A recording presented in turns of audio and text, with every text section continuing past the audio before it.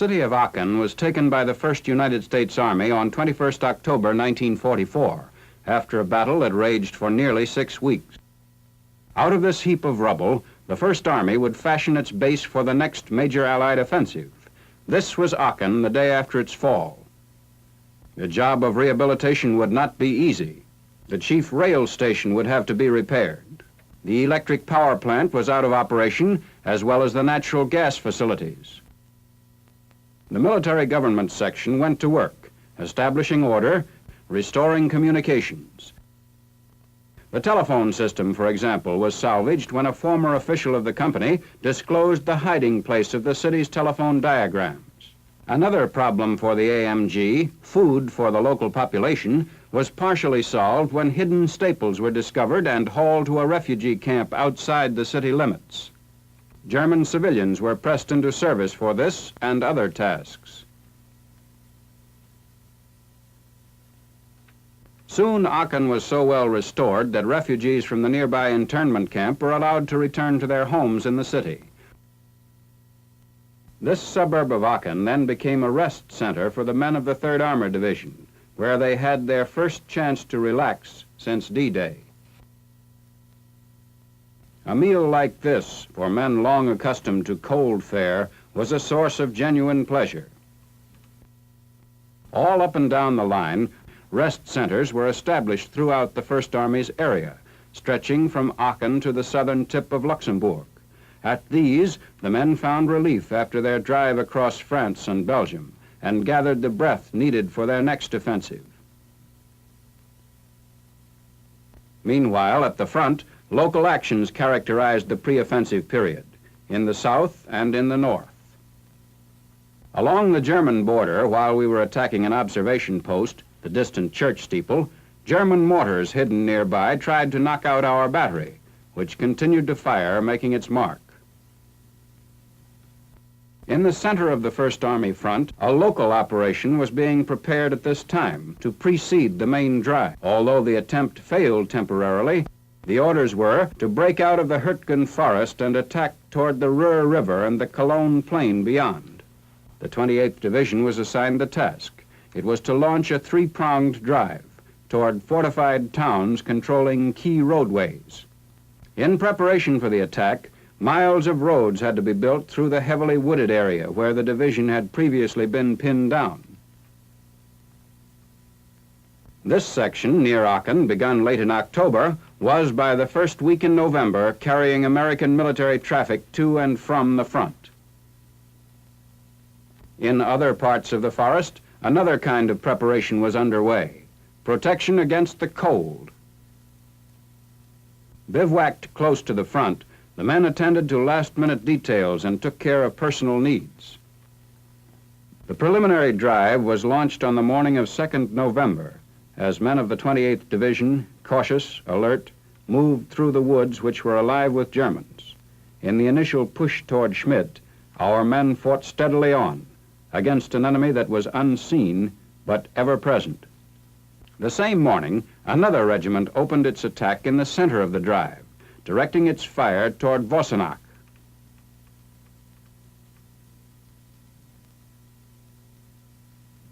Our Air Force was up that day in support of the ground forces.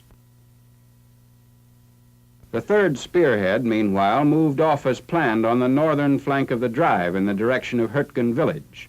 The men continued to advance for 2 more days in the face of mounting counterattacks. We took a lot of prisoners. Some of those captured in the northern push were rounded up for evacuation to the rear. Still more Germans poured into an assembly area in the south, where they were questioned by one of their number and segregated according to their former Wehrmacht units. The stream of prisoners continued to mount until early in November. The 1st Army registered the total captured since D-Day.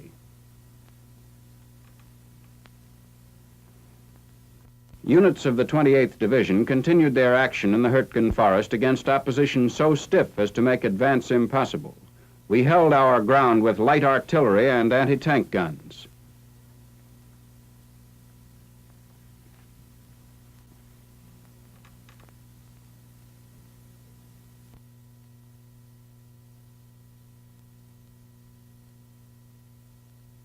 With ready ingenuity, an abandoned tower was strung with telephone wire and converted into an observation post as we made a second attempt to take Schmidt.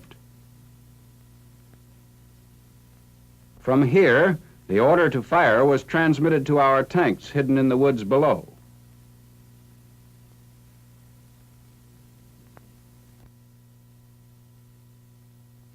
And then came the snow, blanketing the front a week after the drive had started, adding the final difficulty to those under which the 28th Division was fighting. The men had to dig for protection underground in order to hold their hard-won positions in the Huertgen Forest campaign. They had to struggle not only against a well-nigh impregnable enemy, but against the elements as well.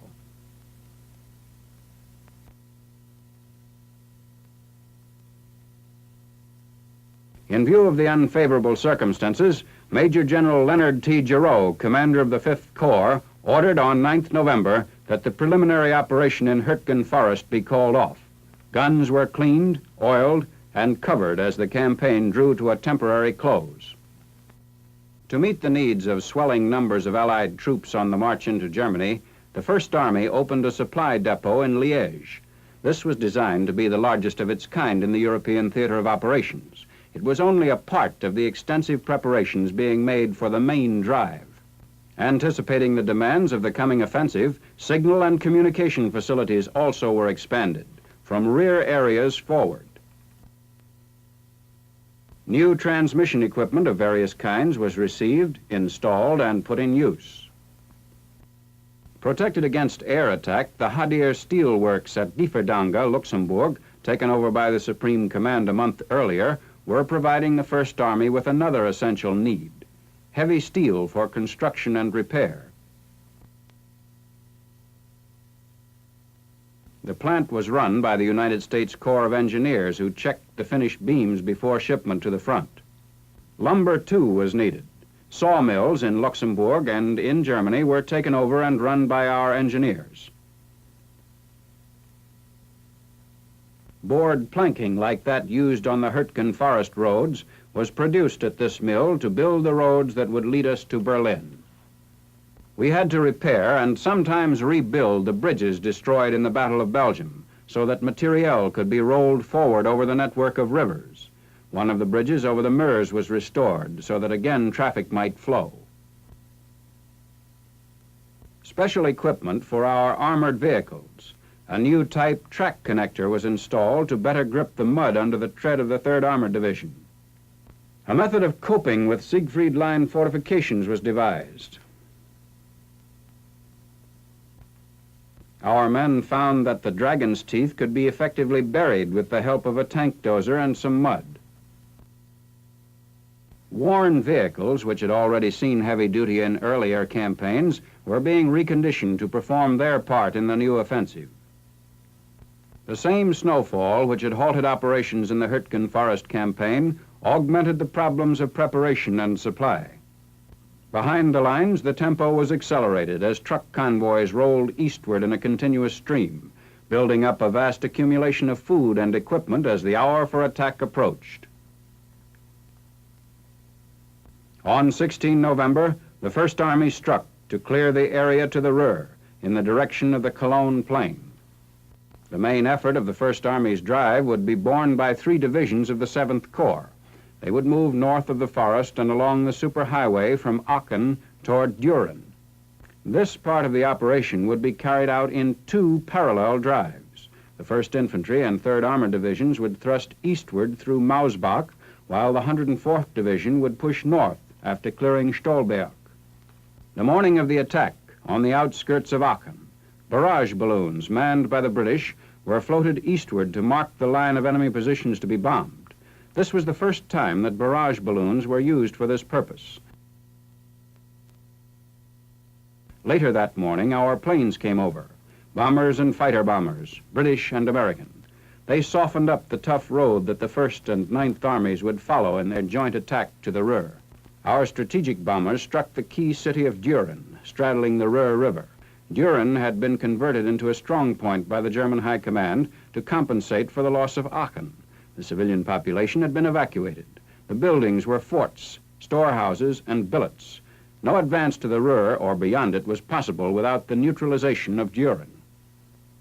We dropped a saturation load that day, chiefly fragmentation bombs and incendiaries.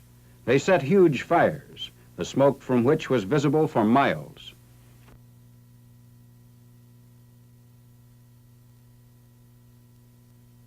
Scanning the skies to note the end of the air raid, ground forces waited for the signal to attack. All armor was put in readiness. Camouflage nets were removed. The color plaques mounted on their vehicles served to identify them to the air forces. This reconnaissance group was scheduled to lead the 104th Division's drive through Stolberg. Following the briefing shortly after noon on 16th November, the first section moved off to deploy along the road for reconnaissance. The following day, ground troops of the division stood by, waiting the order to join the attack on Stolberg.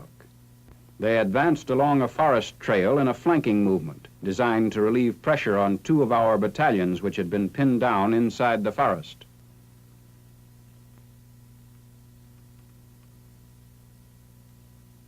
Assault guns of the 3rd Armored Division covered their movement from positions bordering the line of attack.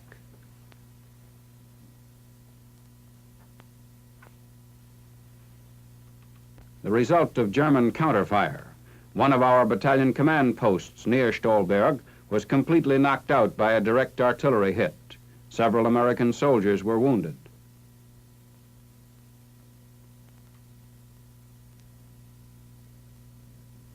The debris was so heavy in some places that one of their vehicles was buried up to the windshield.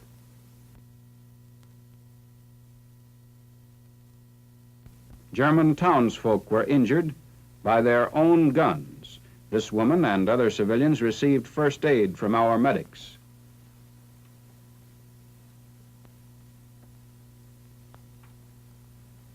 On 19th November, the 9th Air Force flew through heavy flak in support of the 1st as well as the 9th Army. 1,600 planes attacked frontline defenses that day. They strafed the Germans dug in at Stolberg, who were holding up our advance. Fortified houses surrounding the town were peppered by our machine gunners.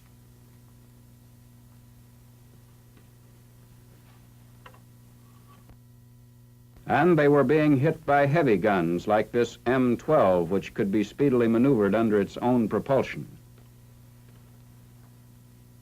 Massed 3rd Armored Division tanks acted as artillery to pour in volley after volley of fire. And this, at last, cracked the defenses of Stolberg. The town was left to the remnants of the civilian population, who were beginning to taste the meaning of war on their own soil as they moved their belongings out of the battered city. Stolberg was finally cleared on 21st November by the 104th Division. The town had been strewn with booby traps and mines. In some cases, it was necessary to blast structures which could not otherwise be cleared.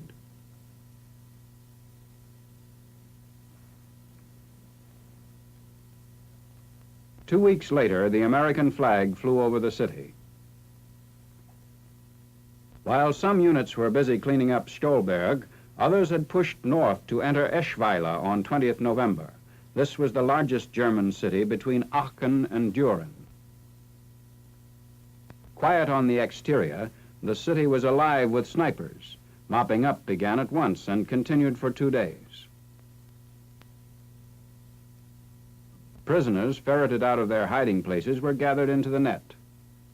In other parts of the city, the hunt for holdouts continued. Some of our infantry cruised the city streets on tanks as they searched out the enemy. By the end of the 2nd day, we had virtually cleared Eschweiler of all its defenders, and our men were able to look forward to a dry night's sleep. Roadblocks like this, where the enemy had dynamited an overhead bridge, were rapidly cleared by our engineers. As a seal of victory, a military government unit arrived to take over the city's administration. On the following day, the attack pushed on from the outskirts of Eschweiler toward the next town to the east, Weissweiler, which fell to our troops 2 days later. As the line of attack pressed forward, we approached Frentz, which lay across the Indi River. With all roads leading to the town under German fire, and with all bridges blown, our engineers had to bridge the river in order to enable the division to advance. An hour and a half after construction had started, the first jeep raced across the completed bridge. The attack on Frentz progressed rapidly as heavy artillery was brought up to the line, and on 28th November the town was ours. The 104th Division hammered at enemy defenses for another 5 days, fighting its way across the Indi River to take 2 more towns, thus carving off 4/5 of the way to the Ruhr. Meanwhile, in the Mausbach area to the south, rockets launched the 3rd Armored Division's drive to the river.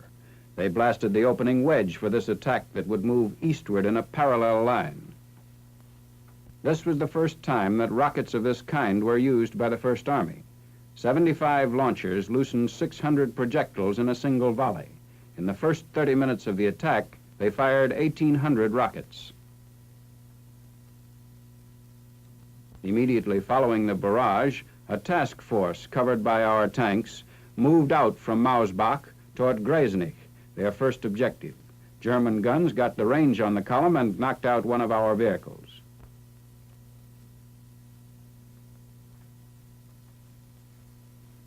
But the column continued to move ahead under the protection of our tanks. Lined up in artillery array, they flanked the advancing task force and rained fire on the enemy in Gresenich. The enemy, however, held us outside the town for 2 days.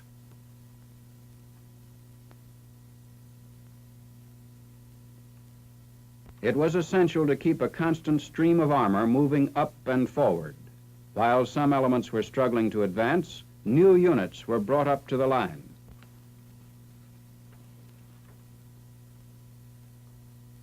Every tank, every gun was needed, so that the 3rd Armored Division could operate effectively in the center of the drive, supporting one infantry division on the north and another on the south.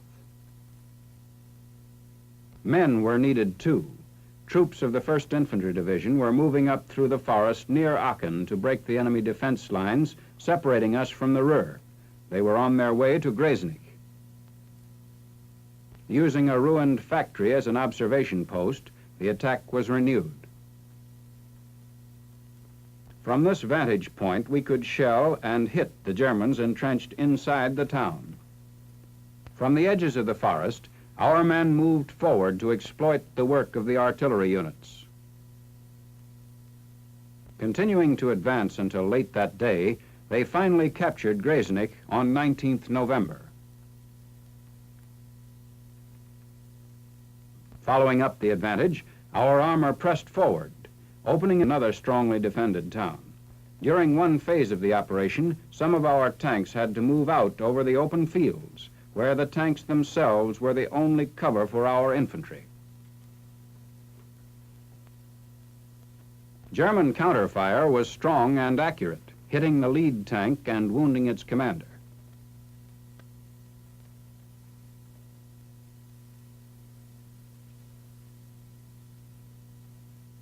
Approaching Werth from another direction, men of the 1st Division entered the town, which was under enemy mortar fire. We had to fight for Werth, every inch of it, hugging the buildings for protection, hunting out snipers concealed in the shells of houses, ducking into ruins for shelter. Despite the tough resistance, however, the fanatic foe at last surrendered, and by the evening of 19th November, Werth too had been secured. For the next 2 weeks, the First Army continued to advance, fighting through the almost impregnable wall of closely spaced German towns, towns which had been skillfully fortified and bitterly defended. Towns like this one, Hammich, which the 1st Division captured on 20th November and from which it pressed onward. On the march to the Ruhr, these troops moved ahead to punch their way through the next ring of towns blocking their path to the Ruhr. Food and ammunition kept rolling forward despite the handicap of weather. While the main effort progressed in the Stolberg-Eschweiler area, the 4th and 8th Infantry Divisions renewed the previous offensive in the Huertgen Forest. On the northern fringe, the 4th Division pushed off on 16th November. With field guns supporting the action, this second attempt to clear the Huertgen Forest got underway. Our men, advancing through the woods, were sometimes scattered by enemy fire, but they kept on going, inching their way forward. Sometimes they were pinned down, but they crawled ahead. Casualties were heavy in all parts of the forest, but they received prompt attention from our ever-vigilant medical corps. Communications and heavy armor were brought up to support the infantry further up the hill. The advance continued successfully as the 4th Division drove on towards its objective, the town of Grossau, where it crushed the last German resistance on 28th November. With continuous artillery support, this division was able to fulfill its assignment in the Huertgen Forest campaign. The 8th Division joined the action by attacking objectives in the heart of the forest. Supported by one combat command of the 5th Armored Division, it launched its drive on the morning of 26th November with a rocket barrage. The rockets were firing at enemy positions in Kleinhau. It was estimated in the field that one such battery equaled the light artillery power of 5 divisions. Air support came the following day, when fighter bombers flew more than 1,000 sorties over the area. Then the artillery took over, concentrating on the target at close range, and 2 days later, Kleinhau was captured. Huertgen II was finally cleared and secured late in November. One of the major objectives of the earlier campaign, Huertgen presented a shell-shattered face to the weary men of the 8th Division who had battled for the town. Turning south, the division moved on to take 2 more towns, Brandenburg and Bergstein, and then they proceeded to mop up the remaining German positions between them and the Roer River. At last, these troops had a chance to relax. They had succeeded in clearing the Huertgen Forest, and by 8th December had established one sector of the First Army front along the west bank of the Ruhr. Troop replacements were effected during the first week in December when the First Army paused before completing the drive. The 9th Infantry Division, fresh from a rest center in Belgium, moved up. It was on its way to relieve the battle-worn 1st Infantry Division, which had been in continuous action since the drive began. As the convoys passed each other, the 9th moved forward to take up positions at the front. Relief and relocations were also taking place in other areas during this brief lull in the fighting, as the First Army gathered the strength needed for its final leap to the Roer River. One thrust of the new drive was launched early on 10th December from this town, Lückeburg, which had been hotly contested. Attacking through Inden, we began to close in on Pier. On 12th December, after days of stubborn resistance, Pier showed the effects of the battle for its possession. The 104th Division moved on to wipe out German resistance along the west bank of the Ruhr north of Duren. At the same time, the 3rd Armored Division pushed through another string of German towns defending Duren, separating the First Army from the Ruhr in this area. It opened the attack on 10th December by shelling Schlich, one of the remaining strong points west of Duren.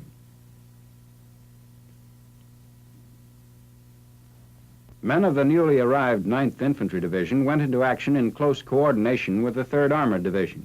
Objectives in Schlich are visible in the distance. Following the artillery barrage, armor and men moved forward with a new piece of equipment, a rotary mine exploder. While the column pressed doggedly onward, infantrymen rounded up some of the enemy whom they found hidden along the path of advance. Up ahead, our men had to dig for what shelter they could find. The lead tank had been hit, The fire spreading caused a series of explosions. Meanwhile, gunners at closer range continued the attack, pouring in a steady stream of fire until late in the day when the ceasefire order was given. Resistance in Schlich was quelled. The following day, 11th December, those defenders who had survived were assembled for questioning and inspection. The next objective, the strongly defended town of Geich, was already aflame from German and American shell fire when the 3rd Armored Division bore down upon it. Men and guns moved out first. A smoke screen was thrown up to cover the movement as the heavy armor swung into line. As the men entered the town, they found it wrecked and empty of human life. In other parts of the town, the fires burned on unchecked. They gave concrete evidence that the 3rd Armored Division had cleared the enemy from still one more section along the 1st Army front. Simultaneously, from the fringes of the Huertgen Forest, the last of the 3 final drives got underway. Armor moved up and forward to strengthen and broaden the attack.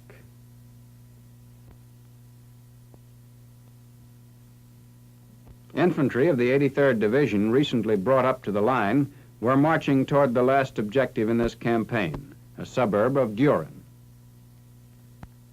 By 13th December, we were driving the enemy ahead of us, pinning their backs to the river. The attack to clear the town, Gürzenich, began the same day. Our infantry was alert to sniper fire from the enemy, hidden and protected.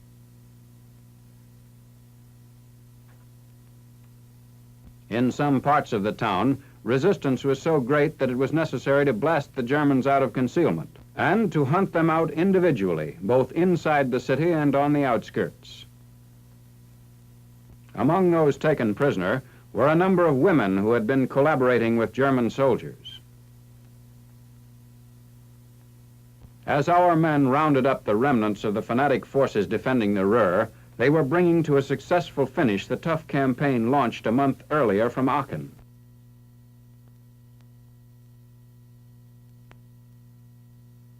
The 1st Army had won through to its objective and stood ready to pursue the foe in the next phase of the offensive into the heart of Germany.